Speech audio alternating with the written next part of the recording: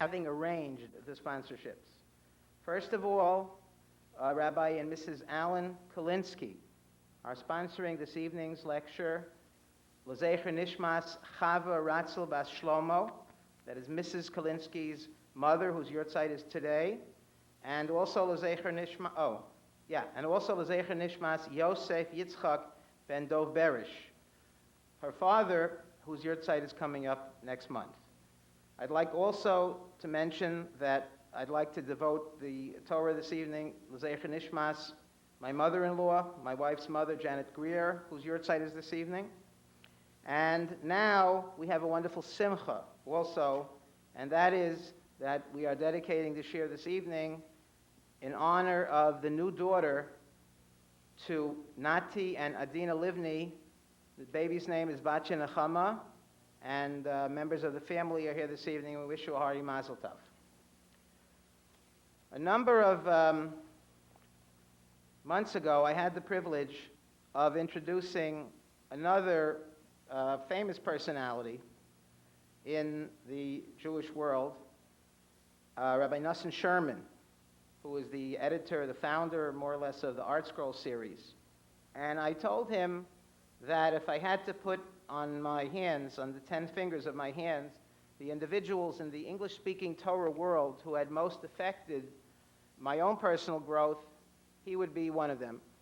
I must say this evening's speaker is another one, a rare individual who is able to take the timeless truths of Torah and teach them to us in an appealing and enjoyable way. Rabbi Hanoch Teller is known to you all. I'm not going to read his resume, but I do want to say that on behalf of the Yeshiva and the Jewish Studies Institute and the Simon Wiesenthal Center, that we are very glad and privileged and honored to have him here this evening to present a lecture. The title of the lecture is Builders, which is the title of his new book. The books are all available for sale immediately after the lecture, and there will be a book signing by Rabbi Teller, those who purchase books, and we encourage everyone to remain after and do that as well. Without further ado, Rabbi Hanoch Teller, please.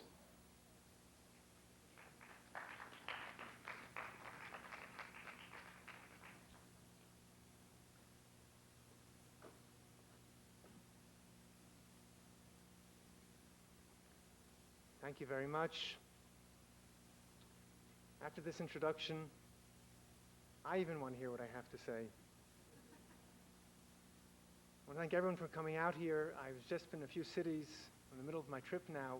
It's very unusual for people to come out without refreshments, so it's all to your credit. I want to also publicly acknowledge the work that Harry went into, Rabbi Greenspan, in arranging this talk tonight. I'll also mention that I know Harry for many, many years. Actually reminds me of a story. At the turn of the century, there was this little Jew in Texas who goes to the train station in Dallas and says, I have to get a train to Houston. I'm sorry, sir, the last train just pulled out. No, I have to go. It's an emergency. Train pulled out. What can I do? Your only hope is to go to the stagecoach. He goes to the stagecoach, and they say, we're full. Full, I have to get to Houston. We're full. Well, there's one space left. What's that? You can ride shotgun. What's that? You sit next to the driver, you hold the gun, you see an Indian, you shoot the Indian. All right, what does he know from it? He sits next to the driver, they're riding along, he goes, driver. What is it? I see an Indian. How big is he? He's like this. Forget it, you'll never hit him. They're riding along, driver. What? I see the Indian. How big is he? He's like this. Forget it, you'll never hit him. They're riding along. Driver. What? I see the Indian. How big is he? He's like this. Forget it, you'll never hit him. They go further. Driver. What is it? I see the Indian. How big is he? He's like this. Shoot. I know him since he's this big. How can I just thought of that, by the way.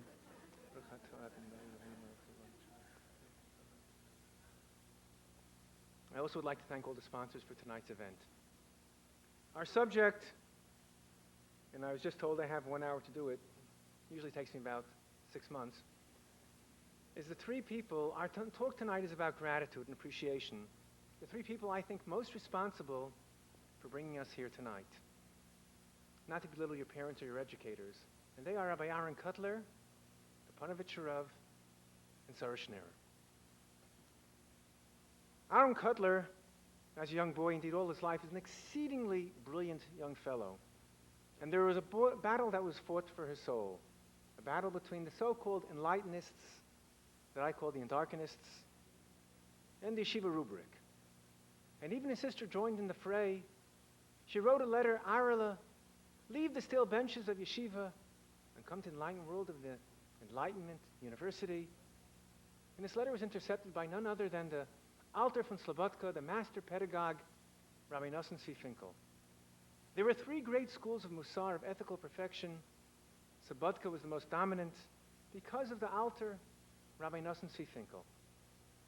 And he had a kollel, a postgraduate yeshiva of 14, had a real spiffy title called the Yad HaChazaka. Get it? Yad 14. And in this kollel were the likes of Rabbi Aaron Kotler, Rabbi Yaakov Kamenetsky, Rabbi Yaakov Ruderman, Rabbi Yitzhak Hutner, Rabbi David Leibowitz, Leziel Finkel, the mega giants of the next generation. That's no coincidence. I teach in numerous seminaries in Jerusalem. In one of the seminaries, I teach a course about Gedolim, great rabbis. And when I come to the Alter, Rabbi Finkel, I always begin by asking, who here wants to be a second-grade teacher? There's always two idiots who raise their hand. I say, you want to be a second-grade teacher? No. Not the worst thing in the world. But you want to be a second-grade teacher? You'd be the second-grade teacher. People will come from far and wide and near and far and learn and grow. There'd be networks. And later in life, I am what I am, I became that which I became. All thanks to my second-grade teacher. Right? Everything I ever needed to know in life, I learned in second grade, or thereabouts.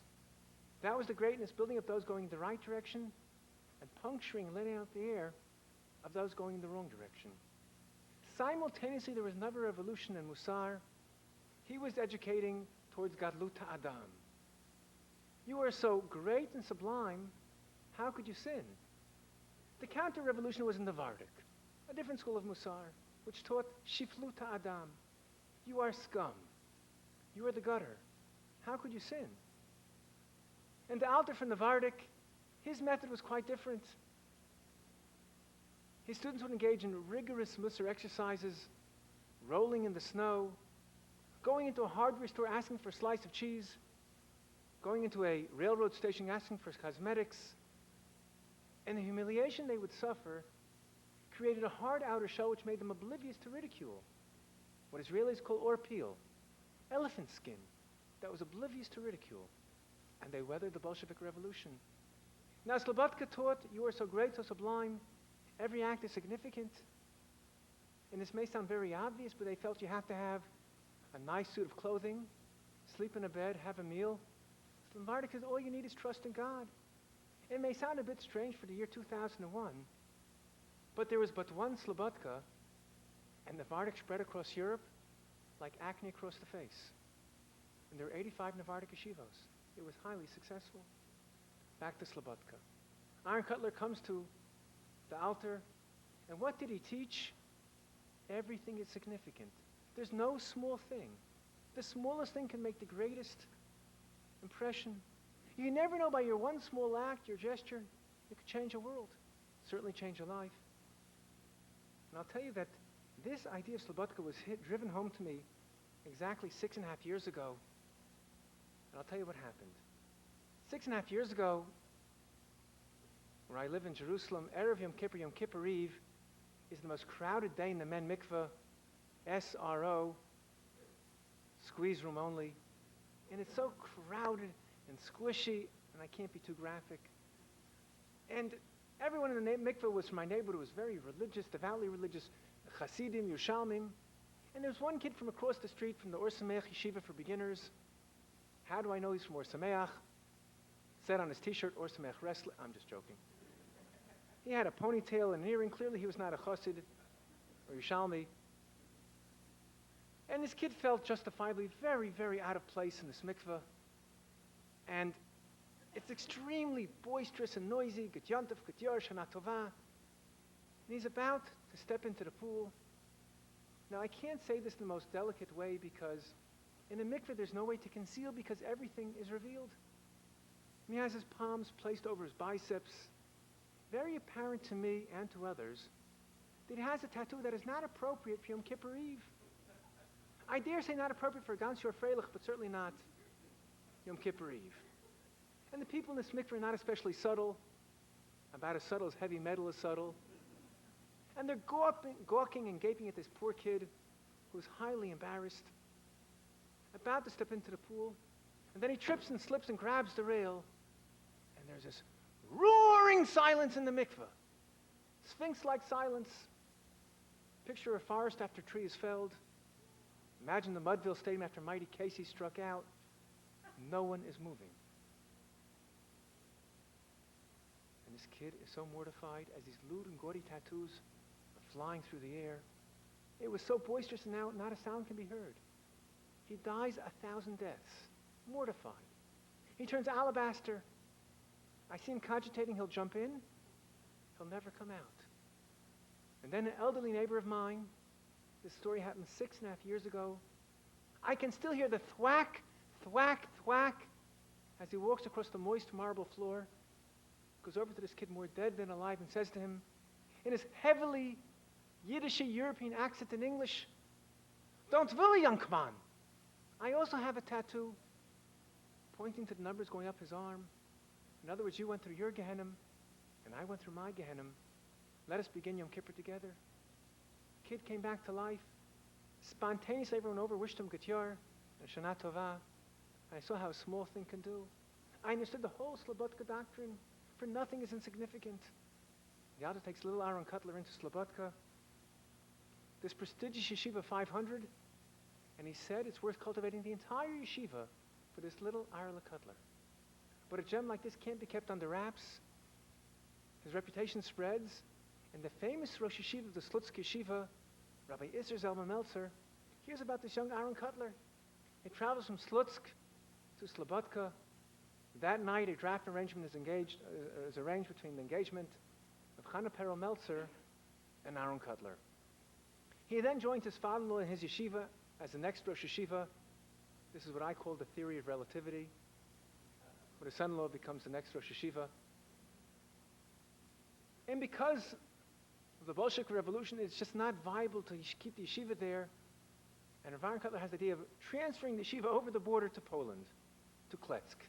Now, albeit the border changes all the time, he came to the conclusion that Kletsk will always remain in Polish territory.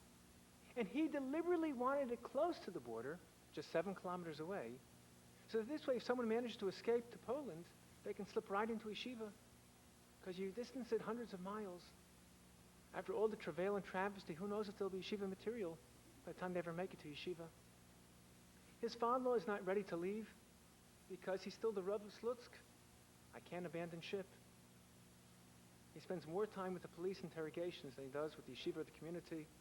He gets a messenger out to get him. He crosses the border also. And from there, Rav Isser Zalman Meltzer travels to Israel, to the Eitz Chaim Yeshiva, where he becomes the famous Rosh Yeshiva in Jerusalem. More about that later. Rav Aaron Cutler begins yeshiva in Kletsk, Poland. In the blink of an eye, it becomes the second most popular yeshiva in all of Poland. The most popular yeshiva being, of course, Eula. No, that's not in Poland. The Mir Yeshiva. With Rav Aaron Cutler as the Rosh Yeshiva, people are coming. It's a great attraction. We're skipping a little bit because I want to get 3 people in a short amount of time. With the outbreak of World War II, the Gadol Hador, Rabbi Chaim Eiser Grzinski in Vilna, calls all the yeshivas to come to Lithuania, to Vilna. Now, Rabbi Chaim Eiser was located in Vilna. You know, just last week, a student of mine let out all the air. If you ever go to London, on Golders Green Road is Grzinski Bakery. I thought to myself, what brilliant advertising. Naming a bakery after the Gadol Hador. I mean, I'm not a bakery person, but that's irresistible. Grzinski's, the Gadol Hador, most prominent rabbi of the generation. Could you imagine Rav Moshe Feinstein refrigerators? Be irresistible. Shlomo Zalman taxis. You had nowhere to go, you'd still be driving around. And then this girl tells me that that's the name of the baker. And here I thought they named it after Gadol Hador. And then Chaim Eiser invites everyone to come to Vilna, which was autonomous at the time. And that's how the great Mir Yeshiva managed to escape lock, stock, and barrel from Vilna all the way to Shanghai. However, Rav Aaron Kotler cannot get his students out. In America, they are keenly aware that Rabbi Aaron Kotler will be the next Gadol Hador, the next most prominent rabbi of the generation, and they go as high as the White House to arrange papers for him to come to America for him and his family. But he can't leave. He can't get his students out. He finally comes to the conclusion that he's not successful getting his students out. Perhaps in the West, he'd be more successful as a free man. He leaves Lithuania to go to America via Japan, crosses 12 time zones. When he comes to Moscow, all the other Jewish passengers on the train, they don't get out, stretch their legs, see the Bolshoi, toward Moscow. Oh no. They are so frightened to get out of Russia, they barely stay in their seats. But Rav Aaron Kotler says, here's an opportunity to go out, to impact. He goes out and right there in the train station meets an elderly Jew who, since from the time of the Bolshevik Revolution, has not had a chance to discuss Torah thoughts. He engages him in the sweetness of Torah, and the man comes back alive. He has to depart back onto the train. Rabbi Aaron Kotler sheds his coat, hands it to this elderly gentleman, and resumes his journey across Russia. Crosses 12 time zones, comes to Japan, and now Rabbi Aaron Kotler is impaled in the horns of dilemma.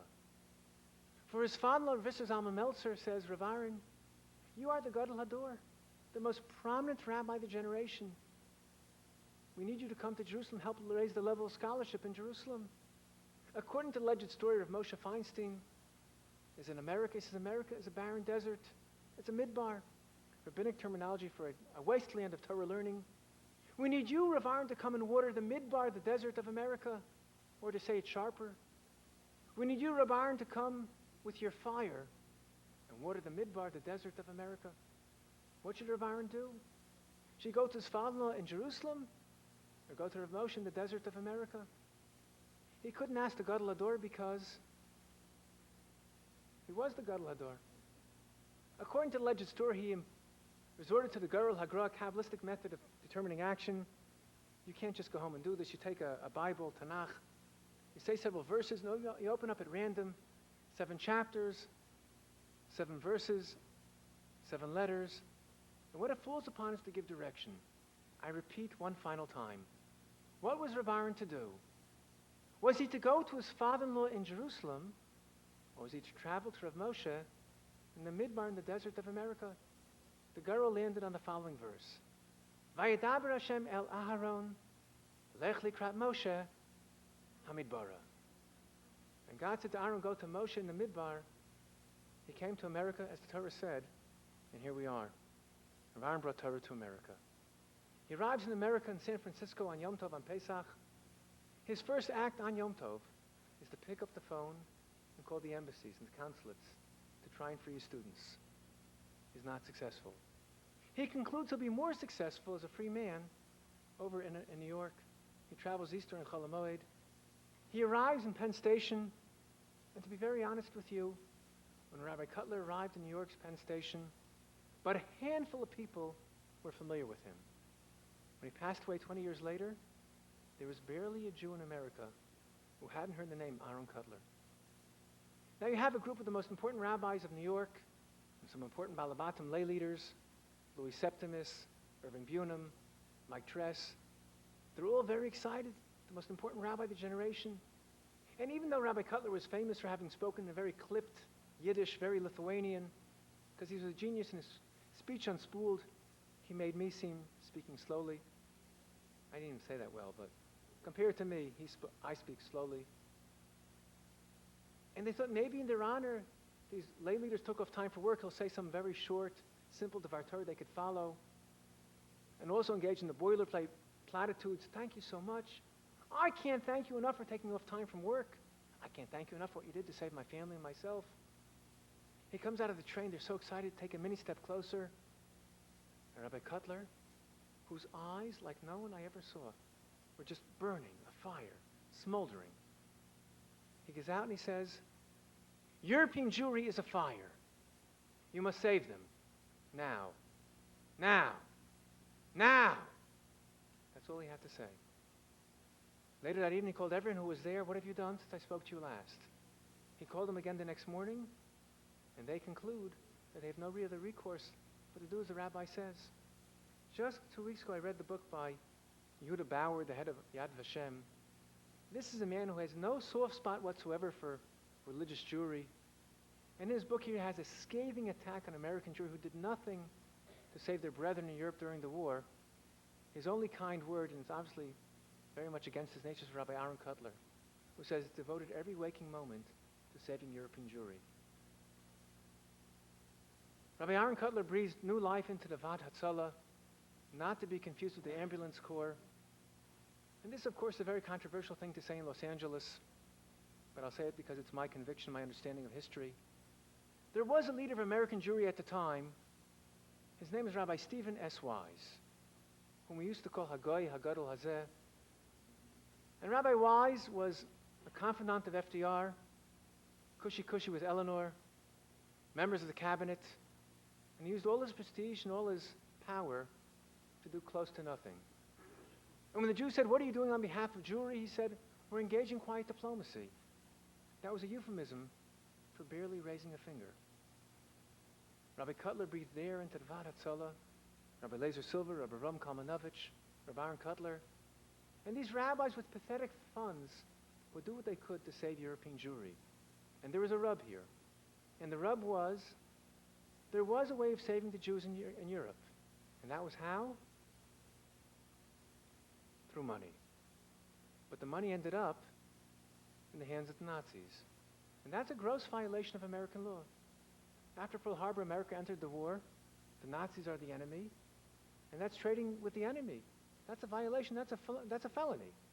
Now, needless to say, it's odious to the rabbis to violate American law, and equally despicable to give money to the Nazis, but there's a higher law. And that law is pikuach nefesh, to save a life. And people criticize Rabbi Kotler, the money's going through Russia, and you're getting a 20% return for every $100, that's $20. And you know what it took to raise that money? And later, after he was vindicated, the small amount that came through saved lives. Rabbi Avram Kalmanovich was the head of the Mir Yeshiva in New York. He was the president of the Vat Hatzalah. He was a gifted fainter, a talented speaker. He'd often faint on the steps of the White House to draw attention to the plight of the Jews.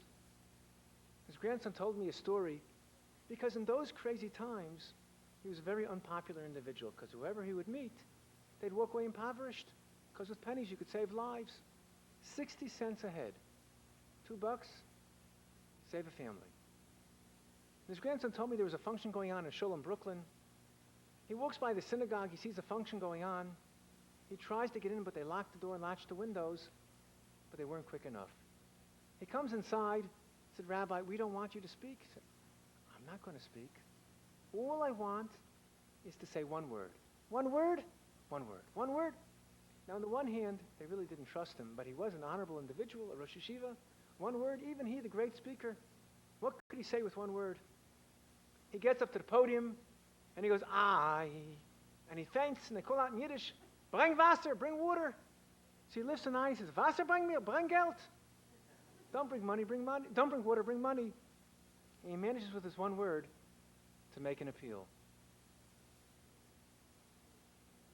Very dramatic story of Aaron Kotler. Manages to go down even to Washington on more than one occasion because there was an opportunity to save close to 600,000 Jews in Hungary. The rub was, of course, the money had to go to the Nazis. And how are they going to get the $1 million bribe for the joint? And they said, "We can't do this. We can't violate American law." He said, "All right, we'll give you the money." Rabbi Kotler would not take no for an answer, provided it goes through the American government.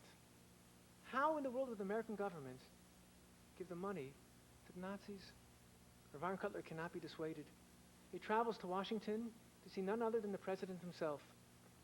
But FDR doesn't have time for this.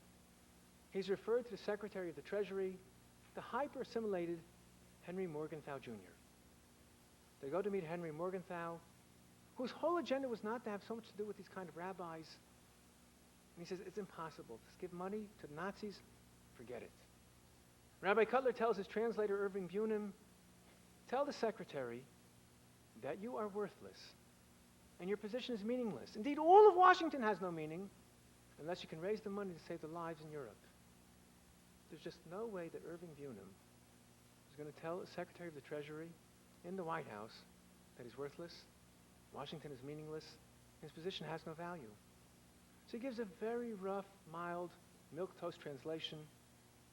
And Rabbi Cutler notices that Secretary Morgenthau doesn't seem very upset. He says, Bunim, translate exactly what I said.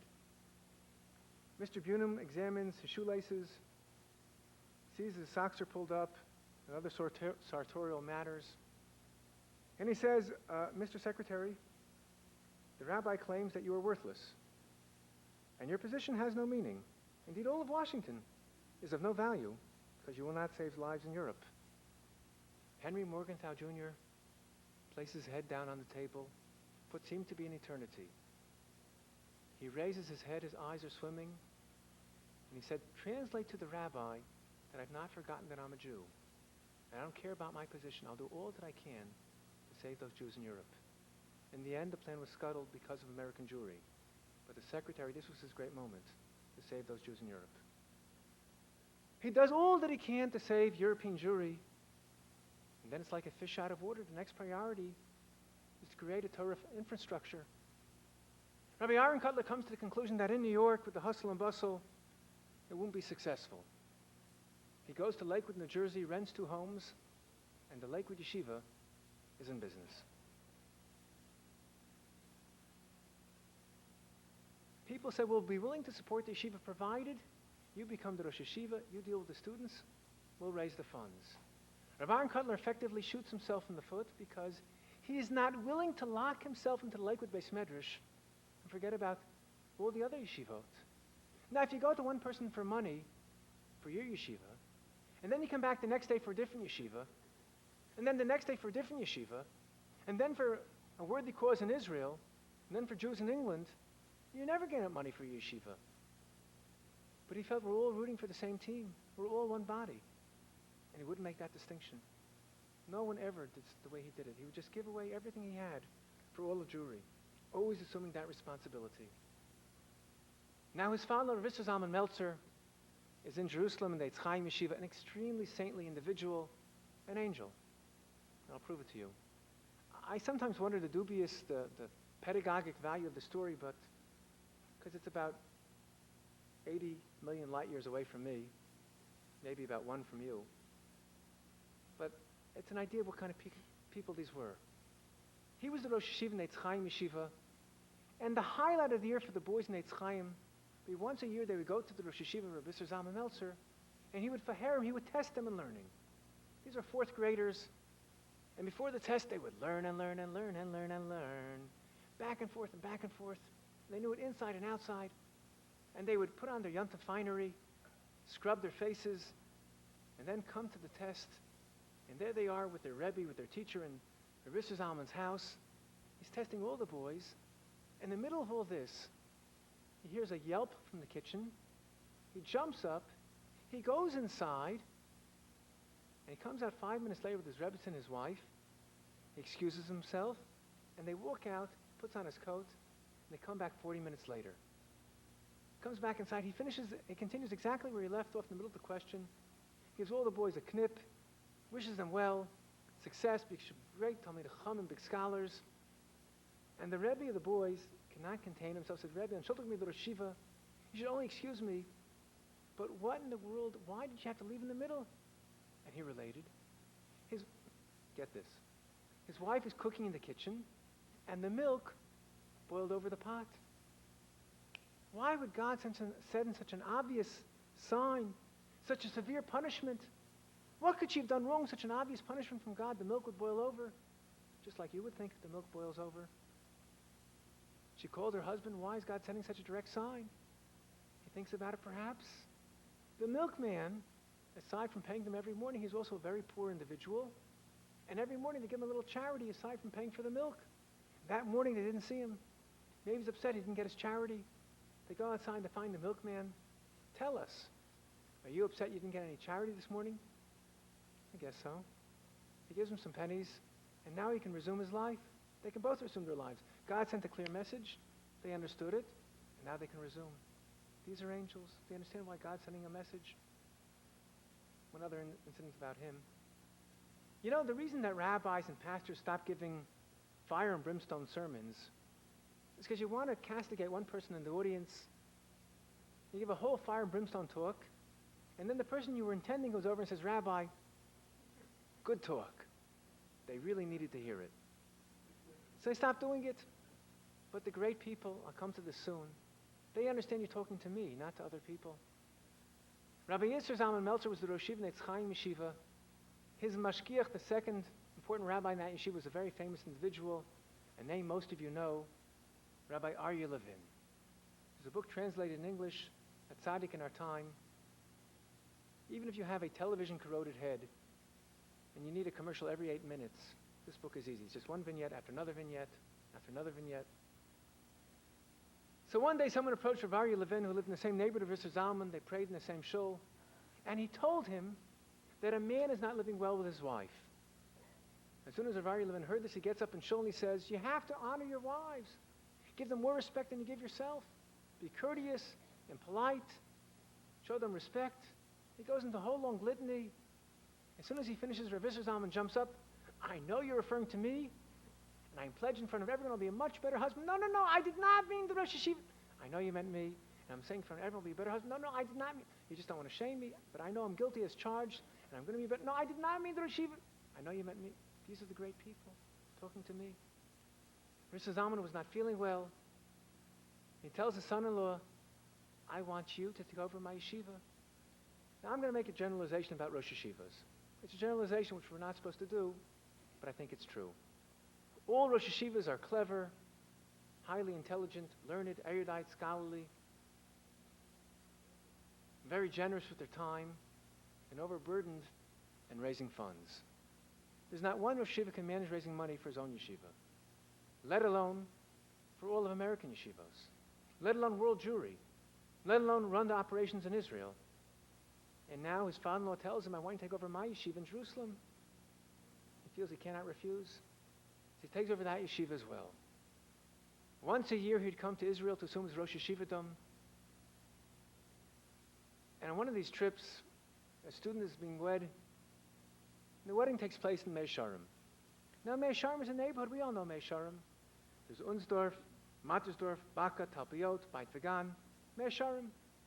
But in those days, Mei Sharim was the very frontier. As a matter of fact, before 1967, it's a famous story, a man in Mei Sharim, his teeth fell out, his false teeth fell out over the merpeset, over the balcony. It took 12 days of international negotiations to get his teeth back. They were 3 inches away. It was the border. So a student in the Eitz Chaim Yeshiva was being wed. He asked Rabbi Cutler to do Sader Kedushin to officiate. In the middle of the wedding, the Jordanians started taking pot shots into the hall. Everyone dived under the table. And someone next to Rabbi Cutler heard him whisper, Tatas, he said, Tatan Himmel noch nicht. My sweet Father above, don't take me yet. I've yet a mission to complete. He wasn't worried about his life. He understood he had a mission to bring Torah to America and to resume the Torah learning the greatness prior to the war. When he was born, simultaneously in Europe, in the freezing, frigid, Lithuanian town of Kul, appropriately named, Freda Kahneman has a very open home in these freezing days. And all the poor people, the itinerants, the beggars, the schnorrers would come to her house, a simple hovel, and she had a hot-bellied stove. The poor people would sleep right next to the oven. They wanted to warm their freezing bones. And they were so impoverished, they didn't even have shoes. They didn't even own boots. They had just strips of cloth around their feet. And what she would do is at night when the poor people were sleeping, she would unravel this cloth that was putrid, malodorous, odorific, redolent, ichsa pichsa. She would launder it, sanitize it, and then put it next to the fire should it should warm. In the morning they would resume their journey with something quasi-sanitary to put around their feet. That was the grandmother of Yosef Shlomo Kahneman. His mother, this woman's daughter-in-law, carried on the tradition. All the poor people would come to the house because her husband was the gabbai in the shul. Now gabbai, I think in English you call a gabbai a beadle, which is one of these translations which make no sense to me. I do this with a lot of words. You know how you say tefillin in English? Phylacteries. What does that mean? Tefillin. Good yontif. Yes. So what did you accomplish? To go to English, go back to Hebrew. A beetle. What's a beetle? A gabbai. Now, albeit today, gabbais are actually a rather prestigious position. They even put on the stationery. There's the rabbi emeritus, the president, the secretary, the treasurer, gabbai rishon, gabbai sheni. In those days, it was not a prestigious job. The job of the gabbai was to straighten out the chairs, put away the sidurim, sweep the floor. And the father of Yosef Shlomo Kahaneman volunteered for this job because he was a man without any ego. And all he wanted in return is that he'd have first dibs, first crack at any poor people who'd come to town. That he'd be the host for all the indigents who came to town. So she would tell her children, this woman, you had breakfast, I can't give you a second meal till I feed all the poor people. You already have a meal in your gut. They have this boy, Yosef Shlomo Kahaneman, a very clever boy, and he wants to learn one of the most prestigious yeshivas in Lithuania. I'll give you a hint connected to last week's events. I don't see any lights going on over here. One of the most prestigious yeshivas in Lithuania is Telz.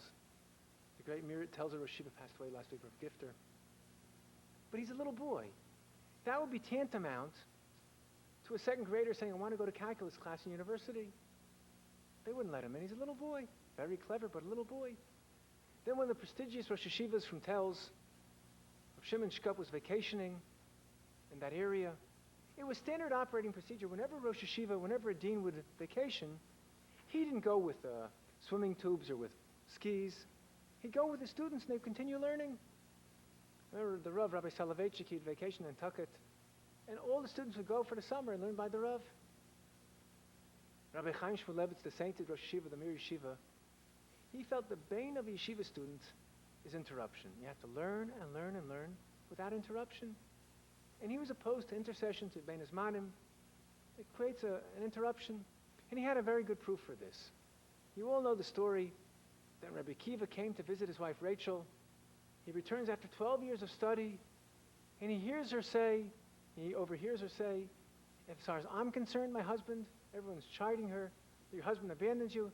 As far as I'm concerned, he could learn for another 12 years. So what did Rabbi Akiva do?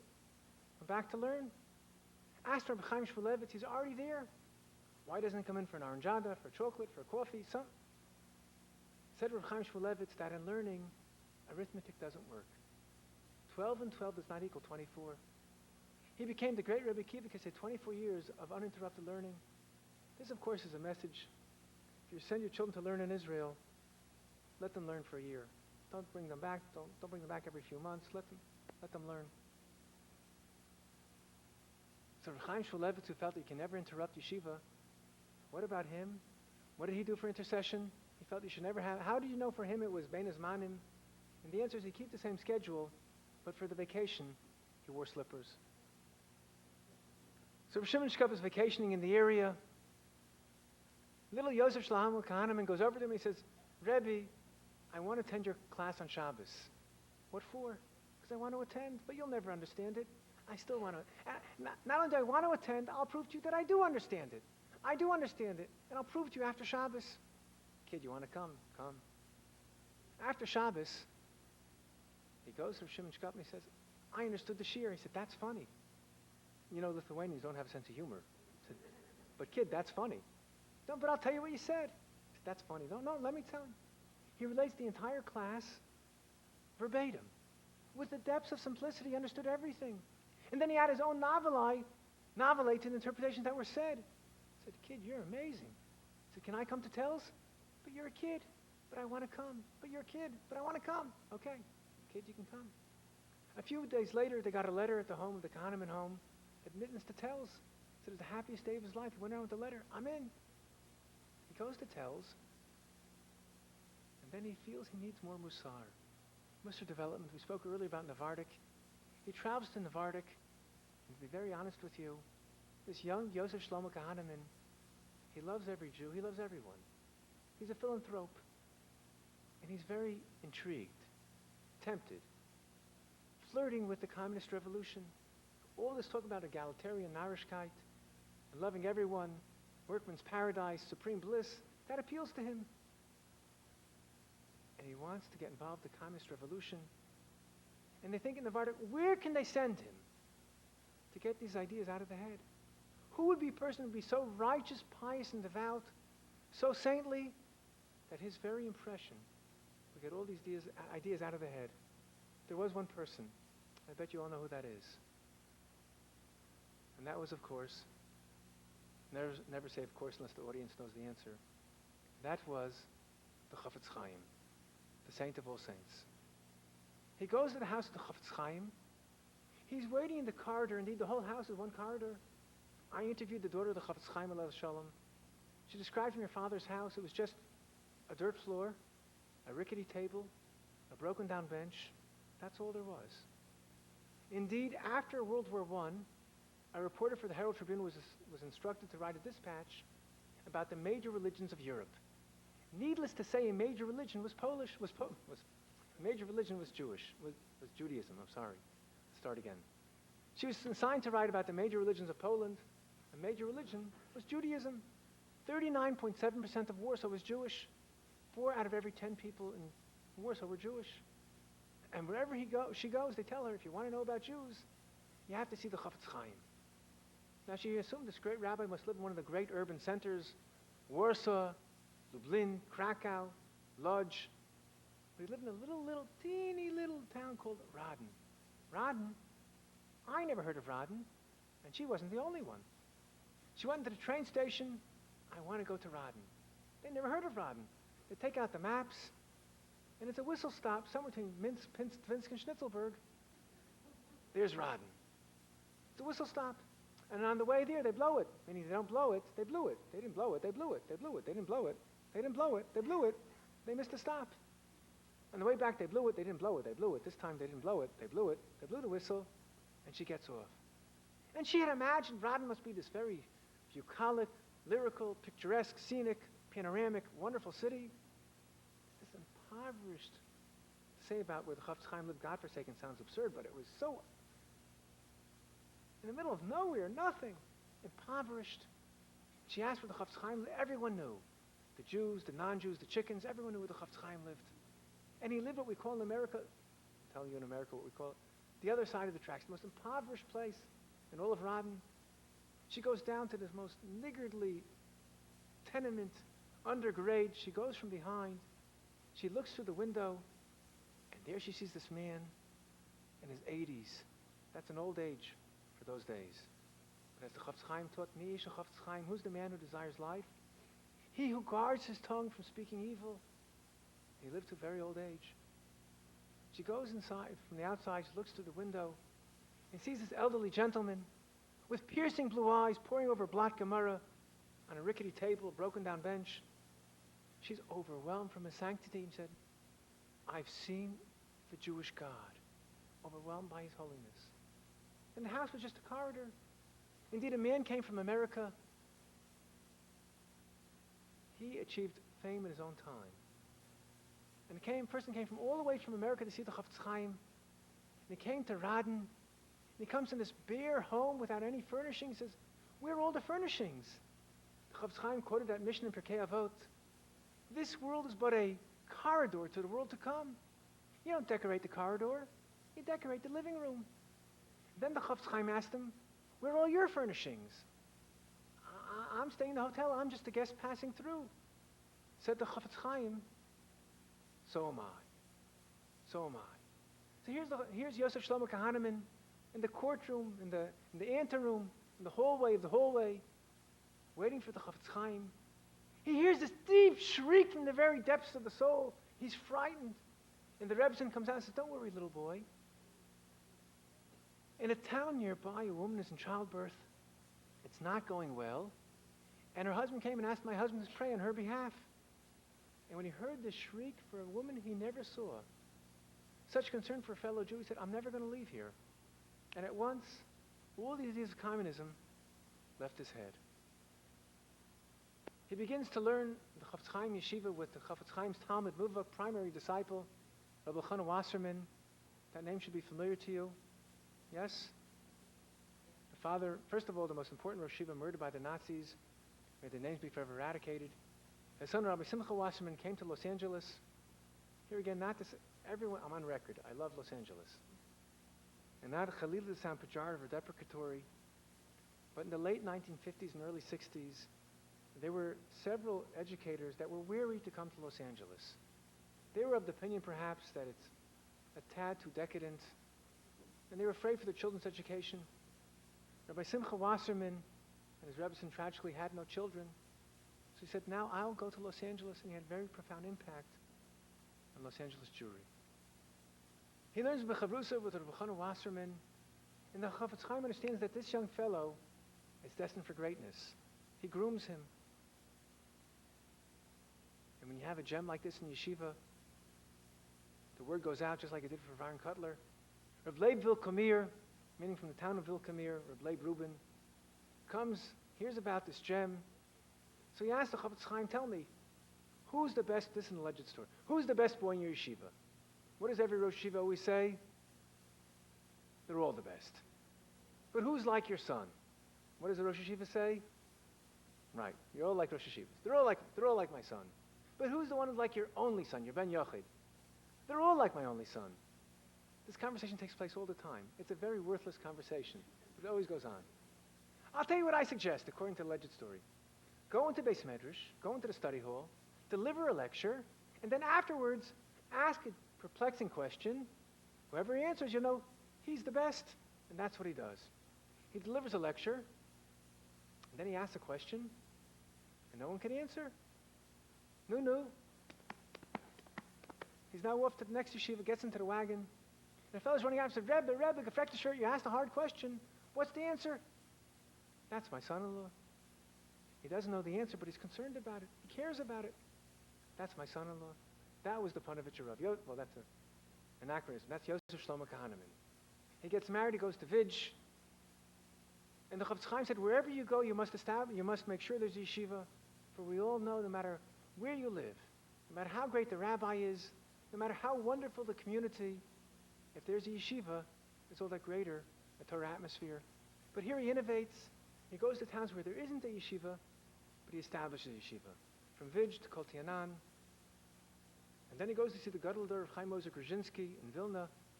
In the middle of the conversation, Chaim Moser says to him, leave, go home. But here he makes this grueling trek to see him, but he said, go home. Not going to dispute the Gadol Hador. It's not you can go outside and hail a taxi, hey taxi. You can't do that, but he goes outside, right there's a wagon driver. He gets inside, and he goes home an hour before the borders close with World War I. When he finally meets with Chaim Moser 7 years later, Chaim Moser continues in the middle of the sentence where they were, like nothing happened, in the middle of that conversation. It's like when I was a little boy, I heard a story that a man was walking with his friend in a village, and they said, that Indian over there in the barber shop, he's got the best memory in the world. Really? Try him out. He goes to the Indian, what did I have today for breakfast? He said, eggs. That's amazing. 9 years later, he was passing through the same village. He goes over to the Indian, how? He said, scrambled. That's amazing.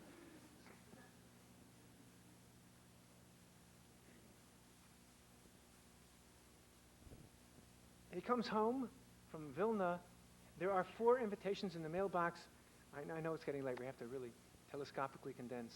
Listen quickly.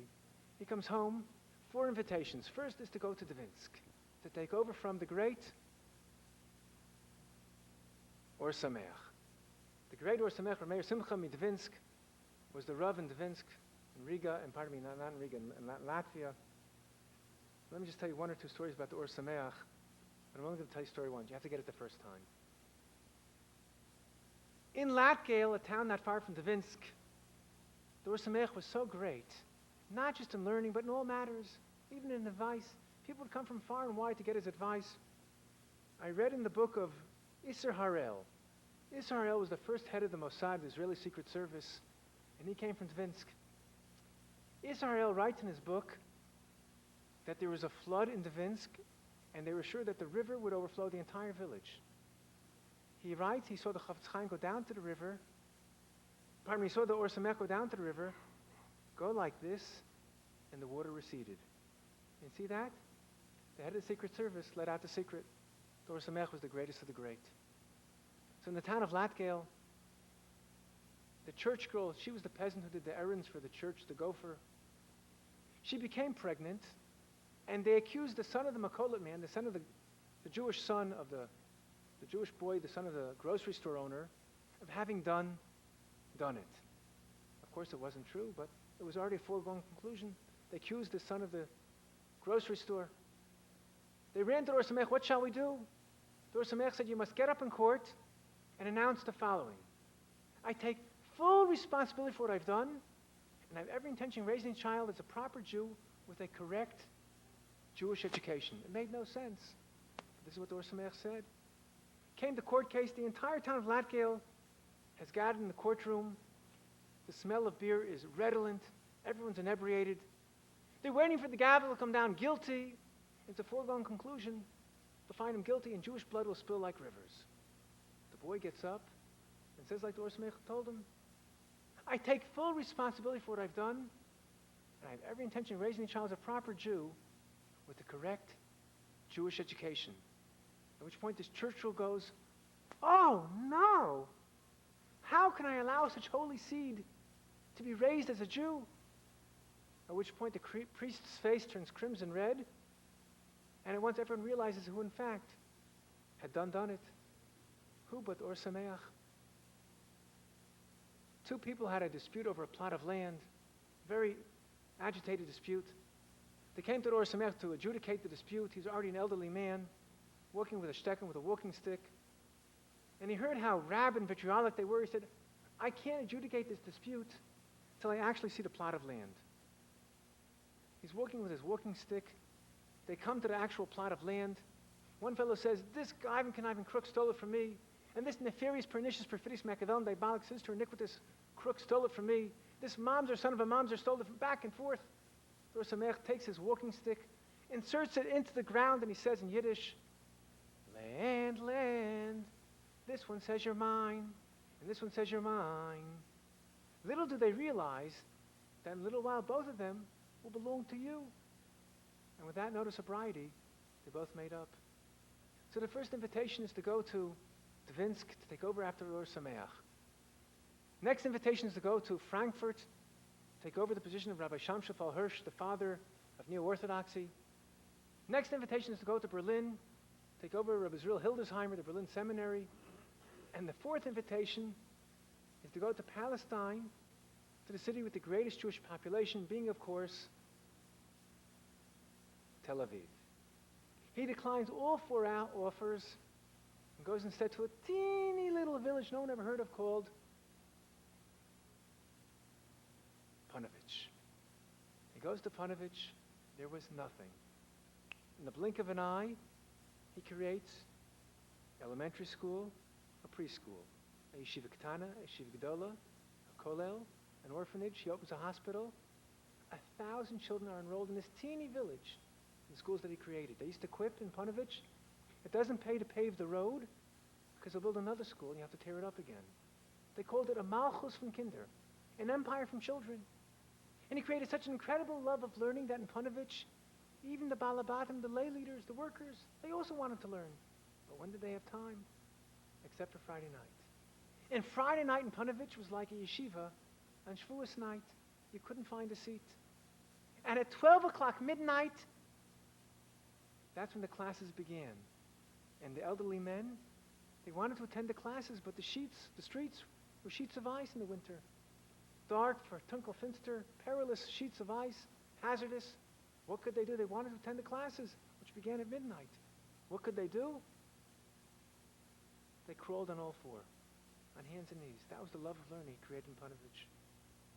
Now, to be an effective rabbi, in those days, the way it worked is that there was a rabbi and there was a mitama mimshala, a rabbi from the government.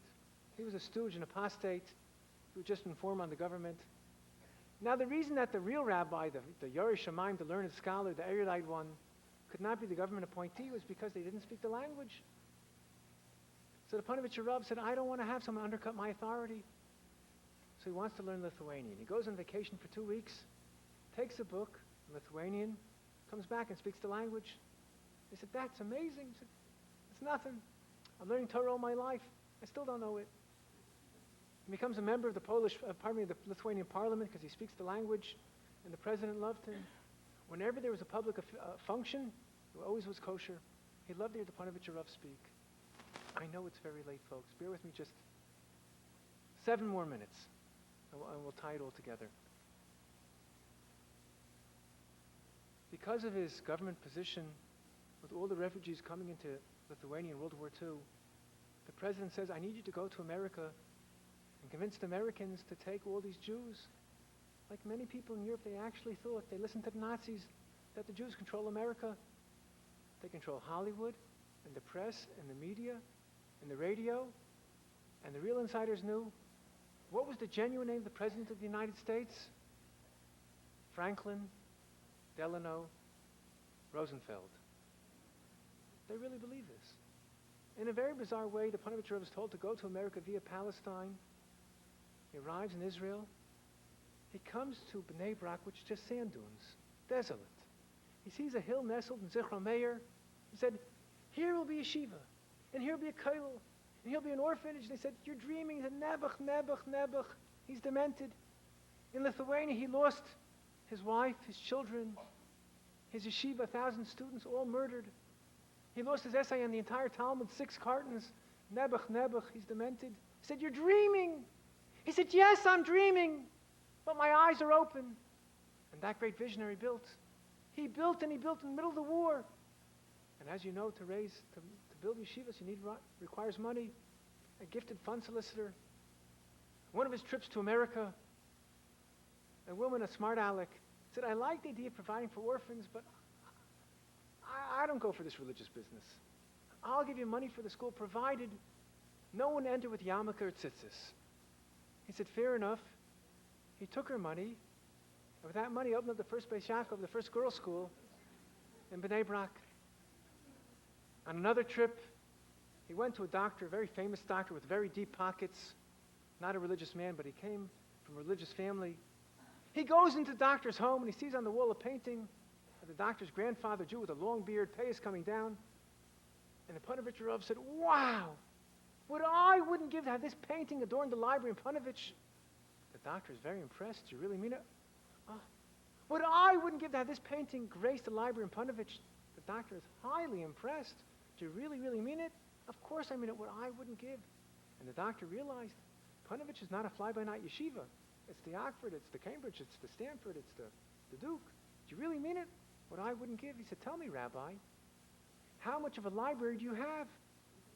He said, so far, just the painting. And needless to say, he got the doctor to pay for the books to go around the painting. And he built. And he too assumed responsibility for Jewry, not just in Israel, but throughout the world. With no time left, and I'm very appreciative for all your patience. And she deserves the most attention, but I can recommend the book, Sarah Schneer, because we wouldn't be here without her. She's referred to as a simple seamstress from Krakow. Of course, that's ridiculous. She was from Krakow. She was a seamstress. Hardly was she simple. She looks around, what I like to call an observant Jew, and she sees that the boys have a sparkle in their eye. They go to the Rebbe's for Yontif. They travel to Ger, to Belz.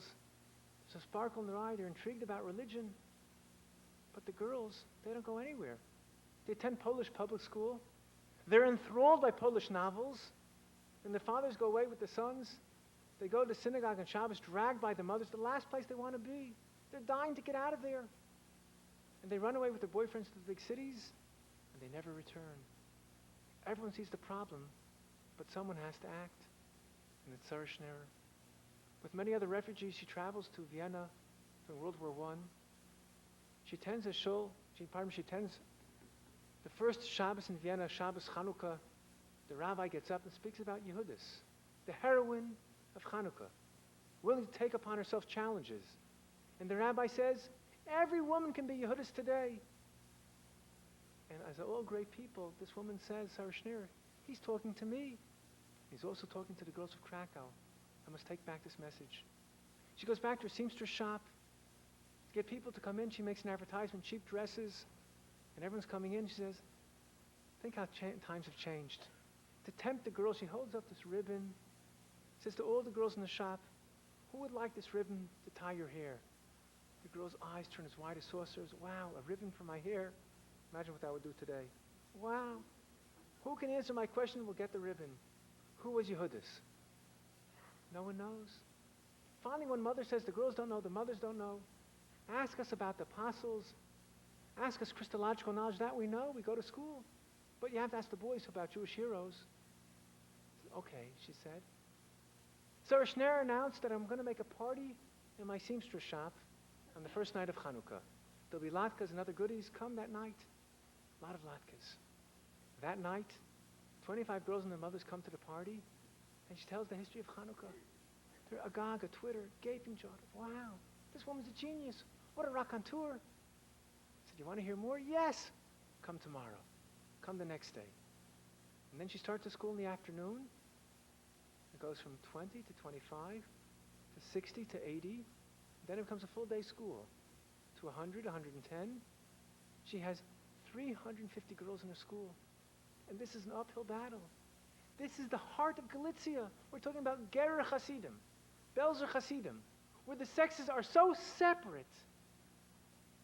You know, there's a story. A man was walking down the street. He met a woman, a Gerer Hasidista. And 2 blocks later, he met her husband. He said, you know, I just met your wife 2 blocks ago. He said, I know. We're taking a walk together. This is not uphill. It's 180 degrees. Teaching Torah to women, better they should be illiterate. Better they should bench by heart. And Sarah Schneer goes to the Rebbe. She goes to Chafetz Chaim. You have to support me. But you're right. Now, I bet most of you in this room could teach a class. You've attended classes. But she never went to school. She never attended classes. She's up all night long preparing her lessons. And there's no mimeograph machine. Sorry for dating myself. There's no Xerox machine. She has to write them by hand. And who's going to recruit the students? And who's going to solicit the funds? All Sarah Schneer. She now has a school of 350. 350 girls. But she can't just forget about the rest of Polish Jewry and European Jewry. Can't just be focused on Krakow. But she doesn't want to bring in a teacher from the outside. She doesn't trust them. She has to matriculate her first students. They're 12 and 13 years old. They put on high heels, put up their hair, put on mature expressions, and they take over. And she comes back. The school goes from, in a blink of an eye, to 38,000 girls in Poland, an equal number the rest of Europe. And when the Holocaust came, the most dramatic episodes of the stories of the Beis Yaakov students of Sarah Schneer, held on to this greatness. I said I would conclude, and I must keep my word. This is a woman who was divorced quickly after her marriage, never had any children, yet she's referred to as Ein B'Yisrael, the mother of our people. And that's a statement. The mother of our people. And this Sarah Schneer, a young woman, becomes very ill. They send her to Vienna, said it's cancer, we can't help. Comes back to Krakow, crawls into bed, and it's Friday afternoon, her last act. She asks to bring over her Leichter, her Shabbos candles. She lights the candles, she gazes at the flame, and her soul is summoned to Yeshiva, to the heavenly assembly. And that image of Sarah Schneer will always stay in my mind. Looking at the candles, she lit a flame that just cannot be extinguished. These 3 greats, they are the builders. It's a very positive word because they are the foremen and we are the builders to carry on which they built for us, Ravon Cutler, the Panovich Rav, and Sarah Schneer. Thank you, thank you, thank you.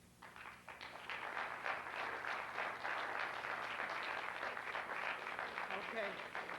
Just a couple of things. Number one, again, thanks to our sponsors. Thank you very much, Rabbi Teller. The book sale and signing of books and tapes, it will continue now in the lobby.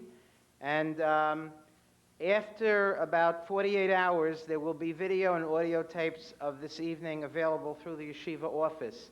Once again, I urge those who do want to be kept abreast of the things happening at the yeshiva to please make sure that we have your full information, especially your email addresses. Thank you very much.